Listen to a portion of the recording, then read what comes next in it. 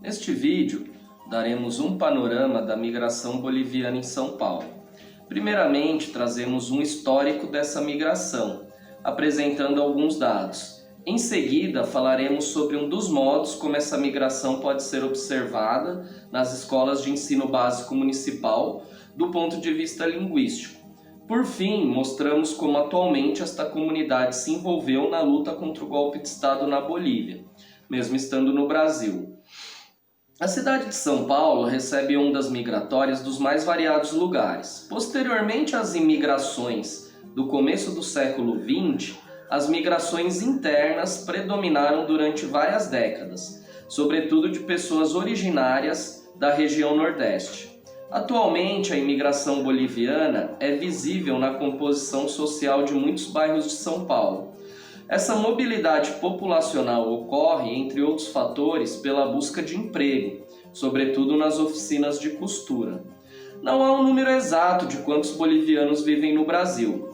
De acordo com o estudo de Rocha, o consulado informou que são cerca de 250 mil. O censo boliviano de 2012 diz que são cerca de 64 mil. Já segundo dados da Polícia Federal e da Secretaria Municipal de Direitos Humanos e Cidadania, em 2019, mais de 75 mil bolivianos viviam em São Paulo, contra 52 mil portugueses, que sempre foram a origem nacional mais numerosa dentro da imigração no Brasil. O número considerável de falantes nativos de espanhol em contato com falantes de português brasileiro propicia diversos fenômenos para o campo dos estudos linguísticos. Na história do espanhol e do português brasileiro, nunca houve, focalizado em uma cidade só, um contato tão numeroso como o que ocorre atualmente em São Paulo.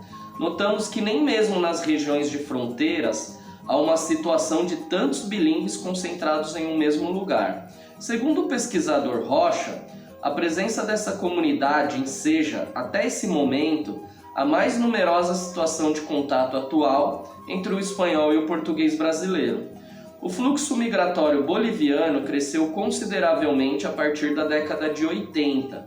Isso se expressa diretamente na composição das salas de aula das escolas públicas de São Paulo. Os bolivianos já são majoritários entre os estudantes estrangeiros matriculados na rede de ensino oficial da capital paulista. Categorizamos, portanto, este contingente falante de espanhol, imerso em uma comunidade falante de português brasileiro, como uma minoria linguística. Muitos bolivianos estão matriculados nas escolas públicas municipais de São Paulo, cerca de 2.500 alunos entre os anos de 2015 e 2016. Em relação aos dados de 2015, os alunos bolivianos eram mais da metade dos alunos estrangeiros da rede pública municipal, totalizando cerca de 70% do número de alunos imigrantes. Ressaltamos também que uma parte dos alunos argentinos são descendentes de bolivianos. Isso porque o fluxo migratório de bolivianos para a Argentina nas décadas de 70 e 80 foi alto. Segundo o censo argentino de 2010, o INDEC, que é o Instituto Nacional de Estatísticas e Censos, contabilizou cerca de 345 mil bolivianos vivendo nesse país. Em 2016, ocorreram algumas mudanças relevantes. Houve um aumento considerável no número de matrículas de alunos estrangeiros na rede municipal de ensino. Em 2015, eram 3.772 alunos estrangeiros. Em 2016, esse número chegou a 4.435, um aumento na magnitude de 17%. Observa-se desde o final da década de 90 um fluxo migratório boliviano da Argentina para o Brasil em virtude da crise econômica. Vale a pena salientar que a quantidade de alunos originários de países latino-americanos, sobretudo do Paraguai, Peru e Colômbia, é também bastante significativa. Por fim, notamos que o número de alunos nascidos em Angola, Haiti e Síria vem crescendo de forma expressiva, em virtude dos problemas sociais, políticos e econômicos que assolam esses países. Pela primeira vez no ano de 2012, o Instituto Nacional de Estatística, INE, da Bolívia, realizou um levantamento para quantificar o tamanho da imigração boliviana. A Argentina continua sendo o país que recebe o maior número, quase 40% de imigrantes. A Espanha é o segundo país de destino, recebendo cerca de 24%. O Brasil consta na terceira posição, sendo destino de um pouco mais de 13% da população migrante. O mundo conta com mais de 7.000 línguas, número muito superior aos 193 estados nacionais existentes. O plurilinguismo coloca as línguas em constante contato, especialmente nos espaços urbanos. A maior parte dos habitantes do planeta fala mais de uma língua. Para a pesquisadora Thomasson, a ideia de que o monolinguismo é a norma humana é um mito. A Bolívia possui 43 línguas, sendo o espanhol, o quechua e o aimará, respectivamente, as mais faladas. E desde 2009 reconhece como idiomas oficiais do Estado, além do espanhol, todas as línguas das nações e povos indígenas, como reza o artigo 5º da Constituição. Os dados mostram que quase 70% da população boliviana falam espanhol como a principal língua. O quechua representa a segunda língua mais falada no país, com cerca de 17% do total da população boliviana acima de 6 anos. A terceira língua mais falada é o aimará, que representa quase 11% do total de falantes. Todas as outras línguas oficiais da Bolívia representam apenas 2,8%. Acompanhando as teias de relações culturais, sociais, econômicas e políticas dessa comunidade de São Paulo, um fato novo nos chamou a atenção: o golpe cívico-militar que houve em 2019 contra o governo Evo Morales na Bolívia. O golpe gerou uma onda de protestos dessa comunidade de São Paulo. Atos de rua na Avenida Paulista, símbolos do poder financeiro da metrópole, foram frequentes. Bolivianos com apoios de brasileiro e de pessoas de outras comunidades hispânicas tomaram a principal avenida da cidade para reivindicar democracia em seu país de origem. Uma onda golpista foi construída recentemente na América Latina. Honduras 2009, Paraguai 2012, Brasil 2016 são exemplos disso. Tentativas de desestabilização dos governos da Venezuela e de Cuba são constantes. A Bolívia não passou impune. Forças militares e civis com apoio e financiamento estrangeiro forçaram a renúncia de Evo Morales, presidente democraticamente eleito em 2019. Evo Morales, do partido Movimento ao Socialismo, MAS, foi reeleito em primeiro turno. No Brasil, ele obteve 71% dos votos dos eleitores bolivianos. Na Argentina, o índice foi de 83%, ainda maior. Parte da oposição, com o apoio da Organização dos Estados Americanos, OEA, não reconheceram a eleição de Morales e alegaram fraude, até hoje nunca esclarecido. A partir daí, o movimento golpista ganhou corpo e suas ações culminaram com a renúncia de Morales, em 10 de novembro, após exigências das Forças Armadas e ameaças a seus familiares. Em 14 de outubro de 2019, surge no Brasil o Comitê Brasileiro de Solidariedade ao Povo Boliviano contra o Golpe. Nesse mesmo dia, o comitê divulga em sua página um cartaz de convocatória para uma manifestação na Avenida Paulista. As atividades desse comitê duraram até o final do ano de 2022. Durante esses quase 4 anos de existência, o comitê divulgou diversos tipos de materiais, algumas vezes somente em português, outras vezes somente em espanhol, em alguns casos com alternância de língua, ou seja, no mesmo cartaz, enunciados em português e espanhol. Há também processos de tradução do espanhol ao português de um mesmo material. Essas produções são instigantes para um processo de pesquisa com base na análise discursiva. O primeiro material que chama a atenção foi publicado em 14 de novembro de 2019, convocando para um ato de rua no dia 17. Logo em seguida, houve a convocação para o ato de 24 de novembro. Faremos uma análise comparativa sobre eles. O primeiro cartaz está configurado com as cores da Uifala, que representa um símbolo cultural e de resistência dos povos andinos. No centro do cartaz há uma imagem de uma pessoa com vestimentas típicas da Bolívia, empunhando a bandeira multicolor. Ao lado dessa pessoa, observa-se a cruz Inca, que também está localizada no emblema do comitê abaixo do mapa da América do Sul, nas cores da UIFALA. Em letras maiores estão as informações de onde ocorrerá a concentração do ato e qual será seu destino, junto com a data e o mês inseridos em branco dentro de um retângulo roxo. No canto inferior esquerdo, podemos identificar 3 insígnias. Abaixo o golpe na Bolívia, viva a resistência popular, fora imperialismo da América Latina. Essas insígnias se caracterizam como palavras de ordem, irrupções do interdiscurso do campo de esquerda no intradiscurso. O que resulta interessante indagar é a construção do seguinte enunciado, localizada na parte superior do cartaz. Convoca a comunidade boliviana residente em São Paulo e todo o povo brasileiro para o ato em defesa da democracia dos povos originários da América Latina. A seguir, comentaremos este enunciado com base em algumas ideias focadas no campo da análise do discurso. Em primeiro lugar, vale ressaltar as relações de associações construídas no enunciado. O enunciador associa a palavra boliviana com a palavra comunidade e com o sintagma residente em São Paulo.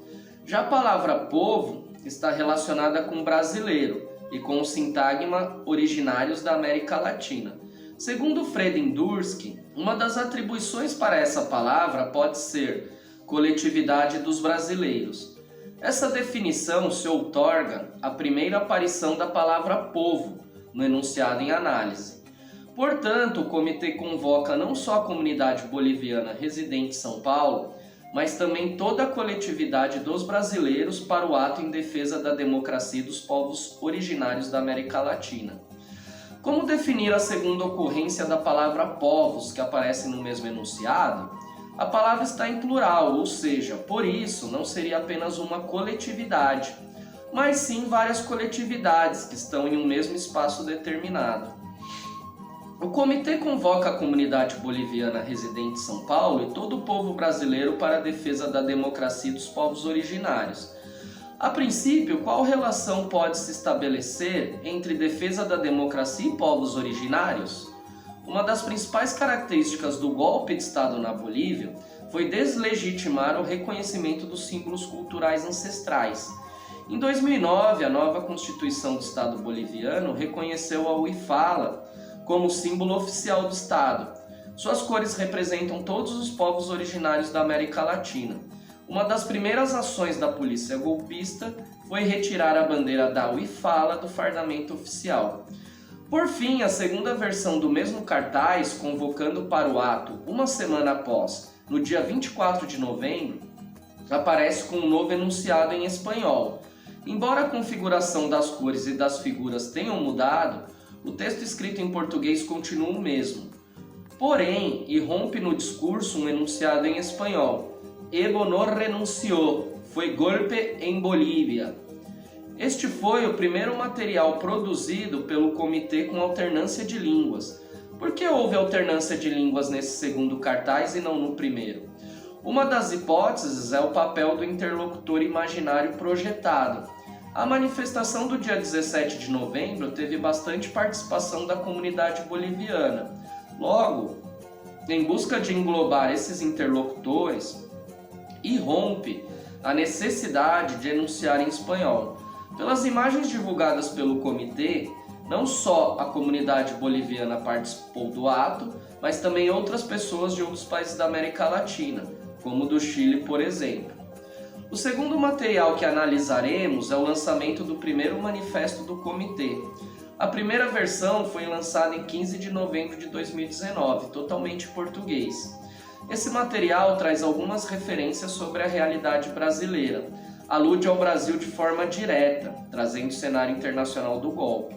No dia 22 de novembro, este mesmo manifesto é relançado em espanhol. Também avaliaremos o processo de tradução, não do ponto de vista técnico, mas sim indagando de como uma língua emerge na outra e a quais interlocutores cada língua busca alcançar nessa projeção imaginária. Na imagem estão as duas versões do manifesto, em português e espanhol. Extraímos as seguintes partes em português e sua tradução ao espanhol para analisar as alusões à realidade brasileira. O manifesto alude ao Brasil, enunciando que é nesse país que surge o comitê, e que inclusive é um comitê brasileiro e de solidariedade ao povo boliviano. Nesse caso, a palavra povo pode ser substituída pelo termo coletividade de bolivianos, em contraposição ao termo povos originários, que vai além de uma questão nacional. A noção de Brasil também vem com a variante de nacionalidade brasileiro, que está referenciado por trabalhadores, o qual delimita a acepção do termo. Portanto, o comitê se dirige nesse momento aos trabalhadores, e não a toda a coletividade de brasileiros. O enunciador relaciona o golpe na Bolívia com o Brasil, no sentido que faz parte da luta para derrotar os ataques da própria burguesia brasileira. Nesse ponto, notamos que, no cartaz, irrompe algo pressuposto de uma memória de outras coisas ditas. O conceito de luta de classe, trabalhadores por um lado e burguesia por outro, em um conflito pelo poder. O manifesto faz menção direta ao discurso político do Brasil. O governo Bolsonaro é citado e categorizado como odioso. Cria-se uma relação em tríade entre direita boliviana, governo Bolsonaro e imperialismo norte-americano, em contraposição a povo boliviano, luta e trabalhadores brasileiros. O discurso do comitê remete a uma conceitualização marxista e as suas formulações na América Latina atual. O português impregna o espanhol na passagem de uma língua para outra no processo de tradução. Notam-se algumas influências do português, como acentos equivocados, ocorrências de S dobrados na palavra classe, entre outros. Há um enunciado construído da seguinte maneira: Este golpe ocurre en medio a masivas luchas contra el capitalismo en América Latina e el mundo. O uso de lo no lugar de el é uma marca típica de brasileiros aprendizes de espanhol. No seguinte enunciado, buscaremos dialogar com os trabalhadores brasileiros e bolivianos residentes em Brasil sobre a necessidade de repudiar este golpe em Bolívia. Em vez de a, deveria ser lá. Também há repetidas vezes o uso de e no lugar de y. Portanto, há marcas e projeções de enunciados provavelmente escritos por um brasileiro nas formulações em espanhol. Outro ponto interessante da tradução é que na passagem ao espanhol surge a referenciação ao interlocutor boliviano. Vide o seguinte enunciado: Trabalhadores brasileiros e bolivianos residentes em Brasil. Ou seja, não houve apenas a preocupação em traduzir, mas também de adicionar um novo interlocutor, que são os trabalhadores bolivianos residentes no Brasil. Essa preocupação se dá, entre um dos motivos, pelo fato de o espanhol ser uma das línguas de comunicação dessa comunidade em São Paulo. Com o passar do tempo, as publicações do comitê serão cada vez mais em espanhol do que em português, visto que, segundo nossas hipóteses, a necessidade de se comunicar com os bolivianos residentes em São Paulo é maior. Além disso, surgirão campanhas internacionais, que envolverão bolivianos residentes na Argentina, que serão incorporados como interlocutores do discurso. Por fim, na passagem do português para o espanhol, um novo enunciado surgiu. Eso también se prueba con el tamaño del levante popular gritando, Evo no está solo. Em espanhol, a nominalização do verbo levantar-se com o significado de rebelar-se é levantamiento. Em espanhol, levante pode ser o leste, ponto cardinal, ou como gíria, paquera. Por fim, neste vídeo apresentamos um panorama sobre a migração boliviana em São Paulo. Em um primeiro momento, apresentamos os dados dessa migração em relação à diversidade linguística. Logo em seguida, como essa migração se reflete nas escolas. Apresentamos como atualmente essa comunidade se envolve na luta política na Bolívia, mesmo estando no Brasil. Nos cartazes apresentados há uma alternância de duas línguas e também de outras linguagens, sobretudo icônicas, e que uma dessas linguagens icônicas, especificada pela UIFALA, tem relações históricas e identitárias com um conjunto linguístico que não se registra no cartaz, que é o das línguas originárias. Todas línguas que, junto com o português e o espanhol, disputam o espaço de enunciação da América do Sul.